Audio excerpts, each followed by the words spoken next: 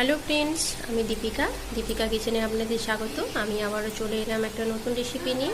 আজ আমি আপনাদের আলু পোস্ত বানিয়ে দেখাবো। চলুন তাহলে কিভাবে বানাচ্ছি আপনাদেরকে দেখিয়ে দিই। আশা করি আপনারা সবাই ভালো আছেন আর পুরো ভিডিওটা দেখার অনুরোধ রইল। চলুন তাহলে কিভাবে বানাচ্ছি দেখে নিই। ঝিঙে আলু পোস্ত বানানোর জন্য আমি কড়াটা গরম করে নিয়েছি। এবার এর মধ্যে দিয়ে দেবো সরষের তেল। আমি তেলটা গরম করে নেব। তেলটা গরম হয়ে গেছে, দিয়ে দেবো কালো জিরে।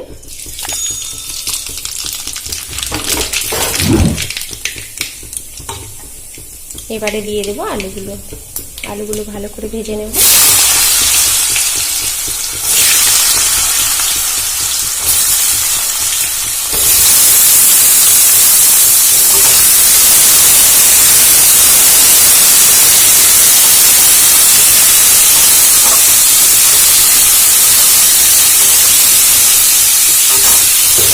আলুগুলো লাল লাল করে ভাজা করে নেব। আলুগুলো অর্ধেক লাল লাল করে ভাজা হয়ে গেছে।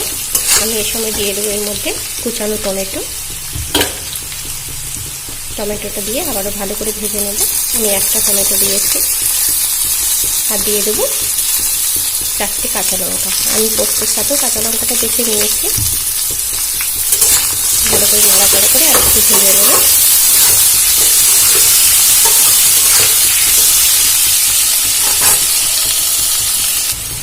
আমি দিয়ে দেবো পরিমাণ মতো নুন, একটু অল্প করে দিয়ে দিচ্ছি।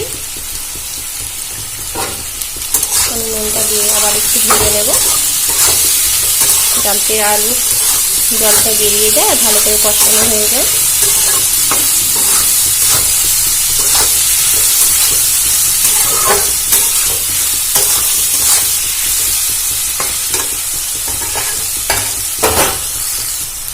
দেখুন আলুটা লাল লাল করে কষা হয়ে গেছে। আমি এর মধ্যে এবারে দিয়ে দেবো বেটে রাখা কাঁচা লঙ্কা আর পোস্ত। আমি এর মধ্যে দিয়ে ভালো করে ভেজে নেব।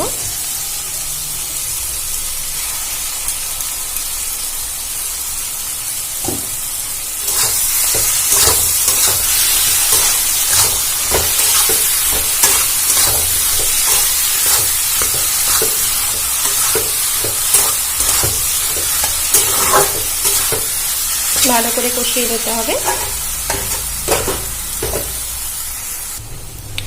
এর মধ্যে পোস্ত ধুয়ে রাখা জলটা দিয়ে দেবো।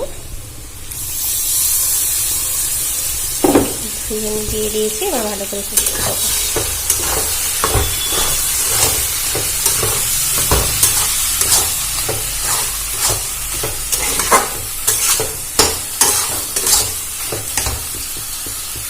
দেখুন খুব ভালো করে ভাজা হয়ে গেছে। আমি এর মধ্যে এবার দিয়ে দেবো ঝিঙা। আমি কেটে রেখেছি, ঝিঙাগুলো দিয়ে ভালো করে কষিয়ে নেব।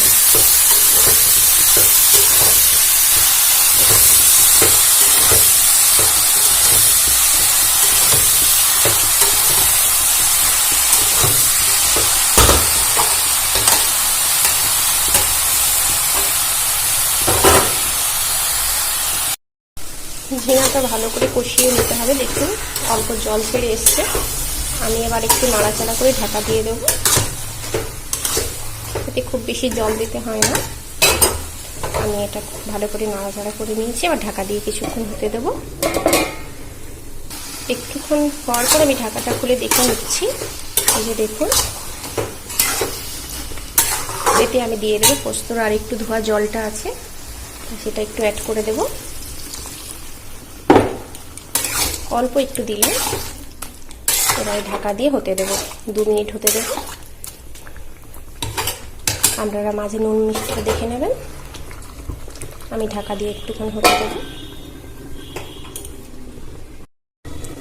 আমি মাঝে একবার ঢাকনাটা খুলে দেখে নেব।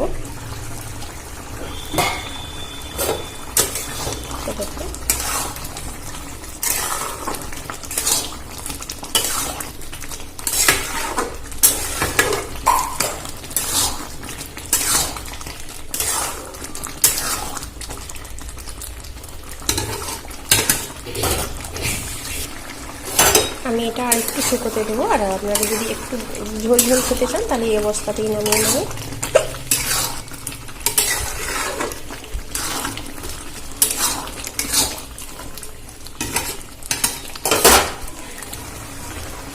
আমি এটা আরও 2 মিনিট হতে দেবো, একটু শুকিয়ে গেলে আমি নামিয়ে নেব।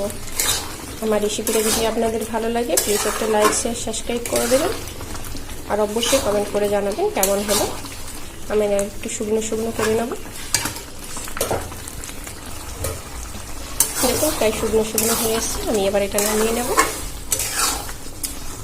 আমার রেসিপিটা প্লিজ একবার ট্রাই করবেন, আর সবাই সুস্থ থাকবেন, ভালো থাকবেন। নমস্কার।